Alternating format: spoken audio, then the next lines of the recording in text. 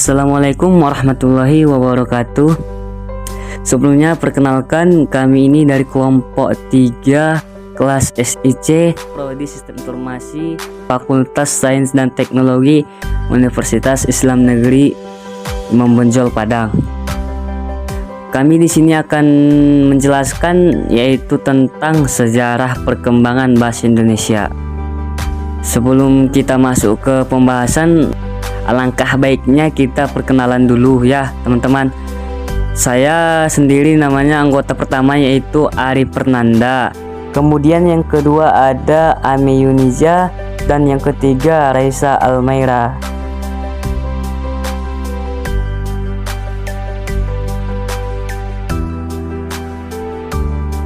Kemudian dosen akademik kami yaitu Ibu Dr. Ruwaidah SSMPD. Baik, itulah tadi perkenalan singkat kita dari kelompok 3 ya teman-teman. Sekarang kita akan masuk ke inti-inti pembahasan yang akan kita bahas. Yang pertama ada asal mula bahasa Indonesia, yang kedua ada perkembangan sejarah bahasa Indonesia, yang ketiga fungsi bahasa Indonesia, dan yang terakhir kedudukan bahasa Indonesia tersendiri.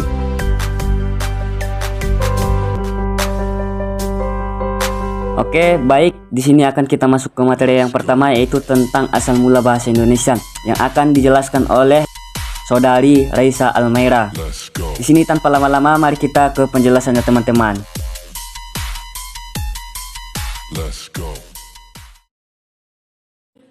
Asal mula bahasa Indonesia. Bahasa Indonesia adalah bahasa resmi Negara Kesatuan Republik Indonesia dan bahasa Persatuan Bangsa Indonesia. Dari sudut pandang linguistik, bahasa Indonesia adalah sebuah bahasa variasi dari bahasa Melayu. Dalam hal ini, dasar yang dipakai adalah dasar bahasa Melayu Riau. Tetapi telah mengalami perkembangan akibat penggunaannya sebagai bahasa kerja dan proses pembakuan pada awal abad ke-20. Sampai saat ini, bahasa Indonesia merupakan bahasa yang hidup dan terus berkembang dengan pengayaan kosakata baru, baik melalui penciptaan maupun melalui penyerapan dari bahasa daerah dan bahasa asing.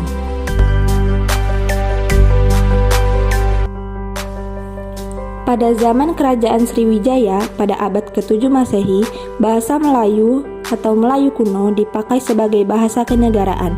Hal itu dapat diketahui dari 4 prasasti berusia berdekatan yang ditemukan di Sumatera bagian selatan peninggalan kerajaan tersebut.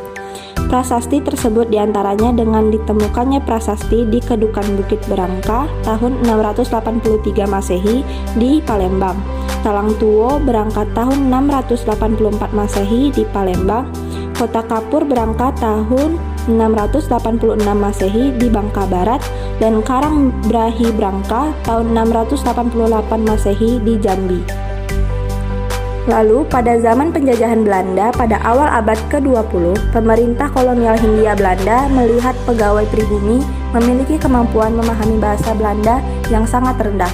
Oleh karena itu, digunakannya bahasa Indonesia sebagai bahasa persatuan di Indonesia. Oke teman-teman, itulah tadi penjelasan mengenai tentang asal mula bahasa Indonesia. Jadi yang saya simak tadi, asal mula bahasa Indonesia itu berasal dari bahasa Melayu. Mengapa bahasa Melayu? Karena bahasa Melayu sangat mudah dipelajari dan dipahami dan sudah dipakai di bahasa perdagangan. Karena masyarakat Indonesia terlalu rendah memahami bahasa Belanda, makanya pemerintah kolonial Belanda tadinya memerintahkan masyarakat pribumi untuk memakai bahasa Melayu di Indonesia. Jadi begitu ya teman-teman. Oke, selanjutnya kita akan melanjutkan ke topik berikutnya. Oke, di sini akan kita masuk ke materi perkembangan sejarah yang akan dijelaskan oleh saudari kita Ame Yuniza. Tadi kita kan sudah membahas tentang asal mula dan sekarang kita akan membahas tentang perkembangan sejarahnya yang akan dijelaskan oleh saudari kita Ame Yuniza. Oke, kita akan masuk ke materinya ya teman-teman. Baiklah, kita akan membahas materi kedua kita yaitu perkembangan sejarah. Pada dasarnya bahasa Indonesia berasal dari bahasa Melayu.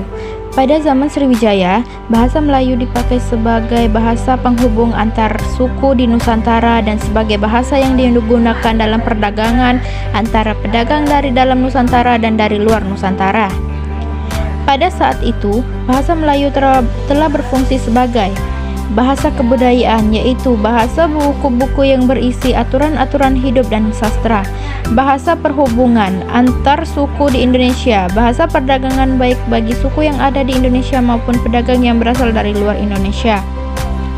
Bahasa Melayu menyebar ke pelosok Nusantara bersamaan dengan menyebarnya agama Islam di wilayah Nusantara, serta makin berkembang dan bertambah kokoh keberadaannya karena bahasa Melayu mudah diterima oleh masyarakat Nusantara sebagai bahasa perhubungan antara pulau, antar suku, antar pedagang, antar bangsa, dan antar kerajaan.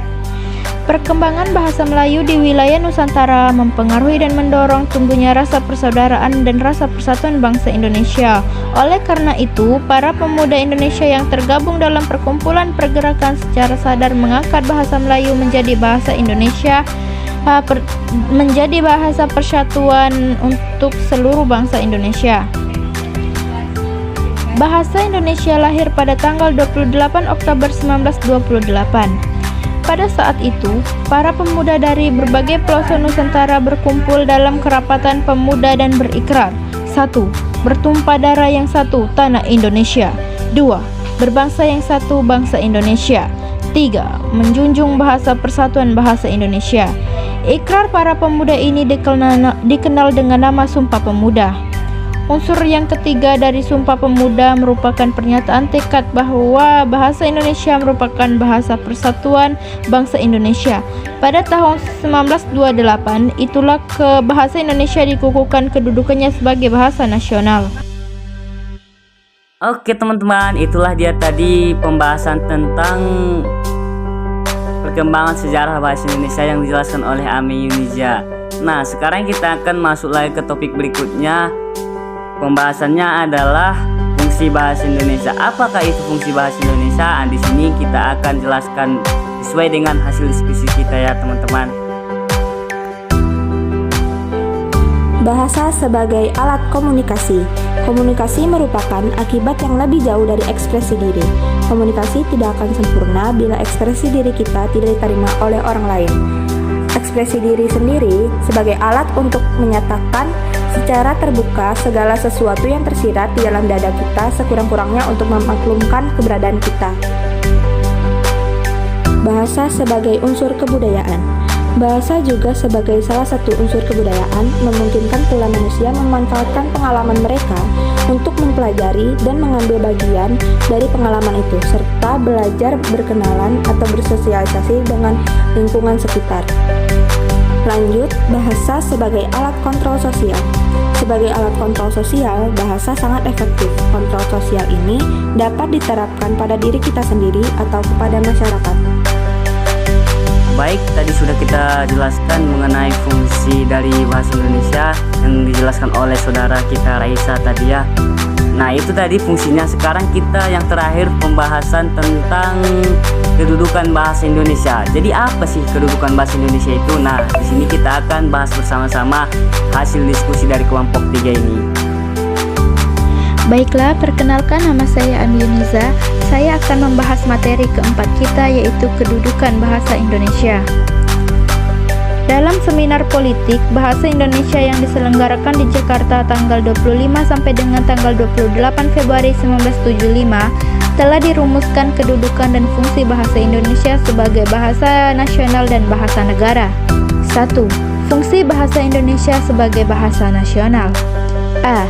Bahasa Indonesia sebagai lambang kebanggaan nasional. Sebagai lambang kebanggaan nasional, bahasa Indonesia memancarkan nilai-nilai sosial budaya luhur bangsa Indonesia. B. Bahasa Indonesia sebagai lambang identitas nasional. Sebagai lambang identitas nasional, bahasa Indonesia merupakan lambang bangsa Indonesia. Ini berarti dengan bahasa Indonesia akan dapat diketahui siapa kita, yaitu sifat, perangai, dan watak kita sebagai bangsa Indonesia. Bahasa Indonesia sebagai alat pemersatu berbagai masyarakat yang berbeda latar belakang nasional budaya dan bahasa. Dengan fungsi ini, memungkinkan masyarakat Indonesia yang beragam latar belakang sosial budaya dan berbeda-beda bahasanya dapat menyatu dan bersatu dalam kebangsaan. D. Bahasa Indonesia sebagai alat perhubungan antar daerah dan antar budaya. Dengan bahasa Indonesia, kita dapat saling berhubungan untuk segala aspek kehidupan. 2. Fungsi bangsa Indonesia sebagai bahasa negara. A. Bahasa resmi kenegaraan. Pembuktian bahwa bahasa Indonesia sebagai bahasa resmi kenegaraan ialah digunakannya bahasa Indonesia dalam Naskah Proklamasi Kemerdekaan Republik Indonesia tahun 1945. B. Bahasa pengantar resmi di lembaga-lembaga pendidikan. Sebagai alat penghubung pada tingkat nasional bagi kepentingan menjalankan roda pemerintah dan pembangunan. C. Bahasa Indonesia dipakai dalam hubungan antar badan pemerintah dan penyebarluasan informasi kepada masyarakat. Sebagai alat pengembangan kebudayaan dan pemanfaatan ilmu pengetahuan, seni serta teknologi modern, sebagaimana fungsi pengembangan kebudayaan nasional, ilmu dan teknologi, bahasa Indonesia terasa sekali manfaatnya. Nah, baik teman-teman, inilah hasil diskusi kami mengenai perkembangan sejarah bahasa Indonesia. Ini sudah kami diskusikan, dan apabila ada kesalahan baik secara visual ataupun secara materi dan ataupun perkataan kami yang tidak sengaja maupun sengaja, kami mohon maaf sebesar-besarnya. Kami hanyalah manusia yang tidak luput dari kesalahan. Assalamualaikum warahmatullahi wabarakatuh.